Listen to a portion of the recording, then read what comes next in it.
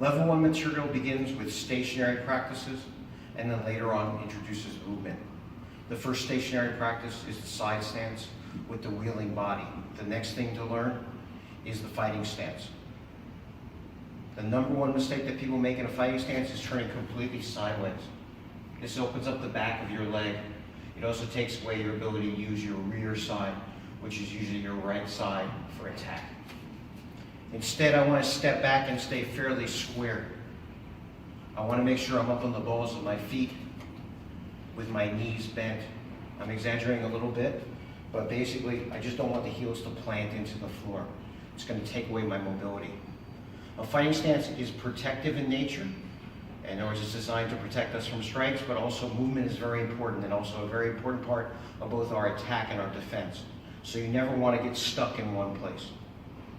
So I have that spring in my step. If you notice, I'm not really wider than my shoulders, even though it looks like I'm in a stance, so to speak.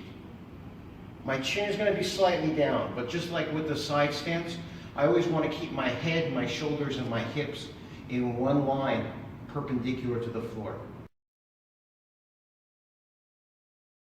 My chin will be slightly tucked though, because I don't want my chin up to be a big target and I don't want to expose my throat. And my hands basically, usually I say, start off with the idea of your thumb and your eyebrows. This is very high, but if we start here, you'll end up here when you're actually practicing. If you start here, you'll end up with your hands down and you can see I'm not actually protecting my face. With my hands up, with my chin down, and I keep my elbows down to keep my forearms, again, perpendicular to the floor. I don't want to be out like this. And here, you're going to learn about rotation, then you lick again, because I turn my hips and shoulders, turn my hips and shoulders, turn my hips and shoulders, turn my hips and shoulders. So usually what we do is the first technique that we learn for this position is the jab, straight in.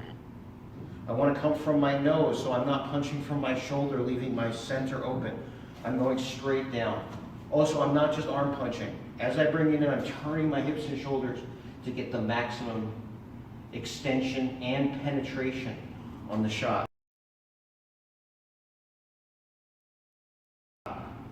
Jab is the first basic technique we should always be working on, just like in the side stance where we're working with the straight or the chun choi. Straight in. This is a kind of chun choi. Sometimes it's also called tan choi.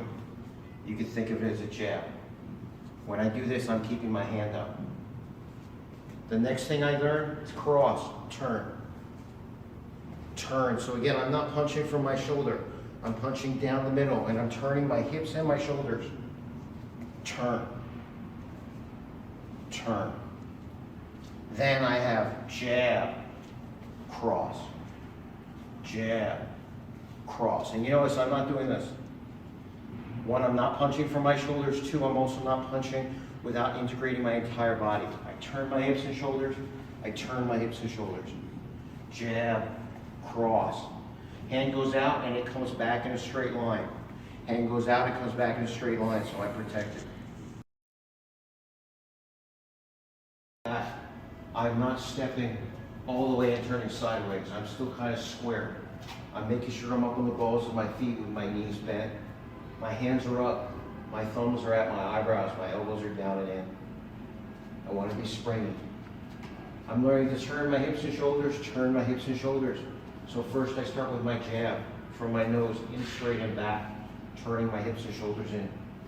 Then my cross, turn, turn. Jab, cross, jab, cross. So notice that my hand is up while I'm throwing the cross. My hand is up when I'm throwing the jab. In, hands are up.